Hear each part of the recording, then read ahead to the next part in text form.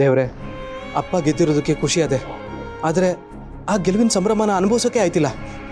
ಇಲ್ಲಿವರೆಗೂ ಹೆಂಗೋ ಇದ್ವಿ, ಈಗ ನಮ್ಮನ್ನ ಮನೆಯಿಂದ ಹೊರಗೆ ಹಾಕಬೇಕು ಅಂತ ನೋಡ್ತಾವ್ರೆ. ನನಗೆ ನೋವಾದರೂ ಪರವಾಗಿಲ್ಲ, ಆದರೆ ನಮ್ಮ ಮೇಡಮ್ ಅವ್ರಿಗೆ ನೋವಾಗಬಾರ್ದು.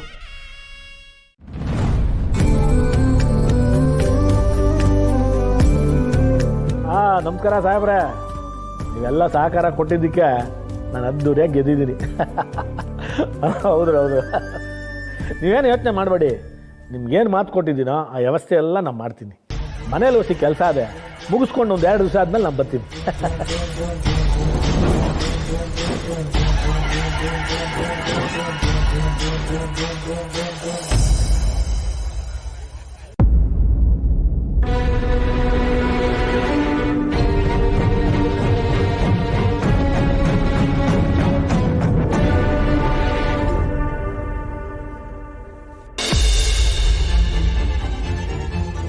ಅತ್ತೆ, ಯಾಕತ್ತೆ ಇಷ್ಟೊಂದು ಕೋಪ ಮಾಡ್ಕೊಂಡಿದ್ದೀರಾ?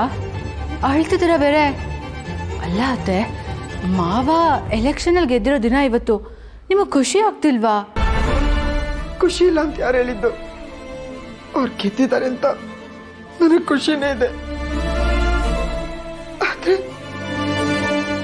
ಯಾಕಮ್ಮ ಇಷ್ಟೊಂದು ಬೇಜಾರು ಮಾಡ್ಕೊಂಡಿದ್ಯಾ? ಅಲ್ಲ, ನೀನು ಅಳೋ ಅಂಥದ್ದು ಏನಾಗೈತಿ ಈಗ? ನೀವೇ ನೋಡ್ತಾ ಇದ್ದೀರಲ್ಲ, ಇಲ್ಲೊಂದು ಖುಷಿ ಇಲ್ಲ, ಒಂದು ಮಾತಿಲ್ಲ. ಅವ್ರ ಪಡೋರು, ನಮ್ಮ ಪಡ್ ನಾವು. ಈ ಖುಷಿಗೆ ಅವ್ರು ಯಾಕೆ ನಮ್ಮ ಮನೇಲಿ ಇರಬೇಕು? ಎಲೆಕ್ಷನ್ ಮುಂಚೆ ಏನು ಹೇಳಿದ್ರಿ? ನೀವು ಗೆದ್ದ ತಕ್ಷಣ ಭಾವನನ್ನ ಅವ್ರ ತವ್ರ ಮನೆ ಕರ್ಕೊಂಡೋಗಿ ಬಿಡ್ತೀನಿ ಅಂದಿದ್ರಲ್ಲ, ಮರ್ತೋಗ್ಬಿಟ್ರ? ನಾನೆಲ್ಲ ಮರ್ತಿದ್ದೀನಿ ಅದನ್ನೆಲ್ಲ.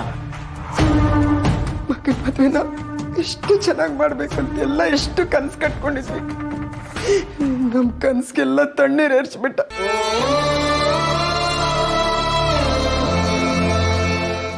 ಎಲ್ಲರ ಮುಂದೆ ನಮ್ಮ ಮರ್ಯಾದೆ ಹೋಗೋಂಗ್ ಮಾಡ್ಬಿಟ್ಟ.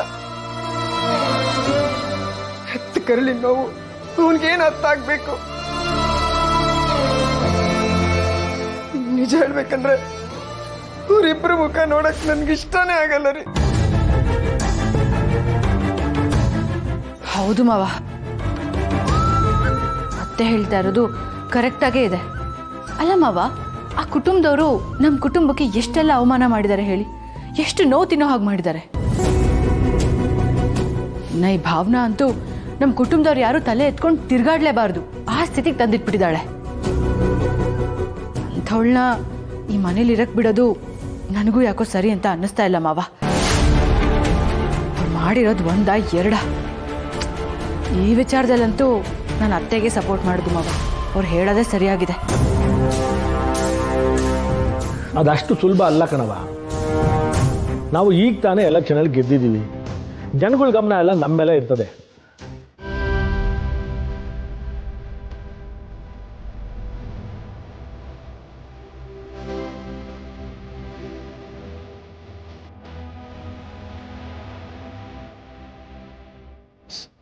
ರೀ, ಬೆಂಕಿ ಈ ಮನೆಗೆ ಅದೃಷ್ಟದ ಮಗ ಅಂತ ಹೇಳ್ತಿದ್ರಲ್ಲ, ಆ ಅದೃಷ್ಟನೇ ಮನೆಯಿಂದ ಹೊರಗೆ ಹಾಕಿದ್ರಲ್ಲ, ಇದನ್ನ ಹೇಗ್ರಿ ಸಹಿಸ್ಕೊಳ್ಳೋದು?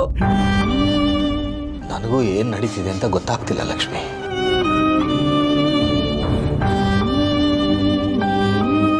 ಇಂಥದೆಲ್ಲ ನಮ್ಮನೇಲಿ ನಡೀತಿದೆ ಅಂತ ನನಗೆ ಕಲ್ಪಿಸ್ಕೊಳ್ಳೋಕ್ಕೂ ಕಷ್ಟ ಆಗ್ತಾ ಇದೆ.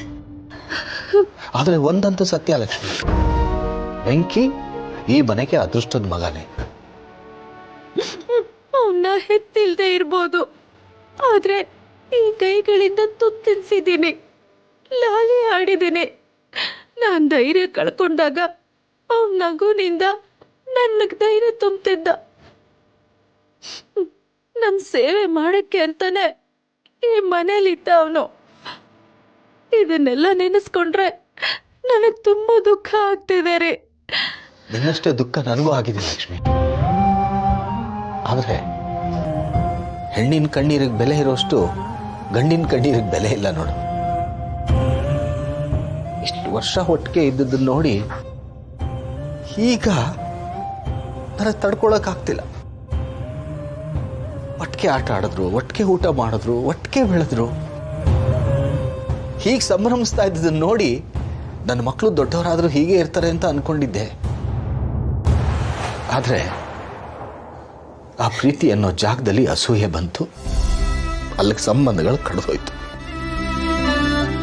ಒಬ್ಬ ಮಗನ್ನ ಇನ್ನೊಬ್ಬ ಮಗ ಮನೆಯಿಂದ ಹೊರಗೆ ಹಾಕೋದನ್ನ ನೋಡೋಂಥ ದೌರ್ಭಾಗ್ಯ ಯಾವ ತಂದೆ ತಾಯಿಗೂ ಬರಬಾರ್ದು.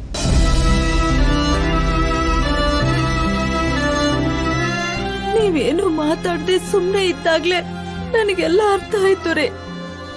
ಆದ್ರೆ ಸಂತು ಯಾಕ್ರಿ ಬೆಂಕಿ ವಿಷಯದಲ್ಲಿ ಇಷ್ಟು ಕಠೋರವಾಗಿ ನಡ್ಕೋತಾ ಇದ್ದಾನೆ? ನನಗೊಂದು ಅರ್ಥ ಆಗ್ತಾ ಇಲ್ಲ. ಇದು ನನಗೂ ಗೊತ್ತಾಗ್ತಾ ಇಲ್ಲ ಲಕ್ಷ್ಮಿ. ತಾನಾಯ್ತು ತನ್ನ ಪಾಡಾಯ್ತು ಅಂತ ಬೆಂಕಿ ಯಾವಾಗ್ಲೂ ಇರ್ತಾನೆ. ಅದಕ್ಕೆ ಆ ದೇವರಿಗೂ ಅವನ ಮೇಲೆ ಕೋಪ ಅನ್ಸತ್ತೆ. ಅವನ್ ಜೀವನದಲ್ಲಿ ಅದಕ್ಕೆ ಹೀಗೆಲ್ಲ ಮಾಡಿಸ್ತಿದ್ದಾನೆ. ಸಮಾಧಾನ ಮಾಡ್ಕೊ ಲಕ್ಷ್ಮಿ.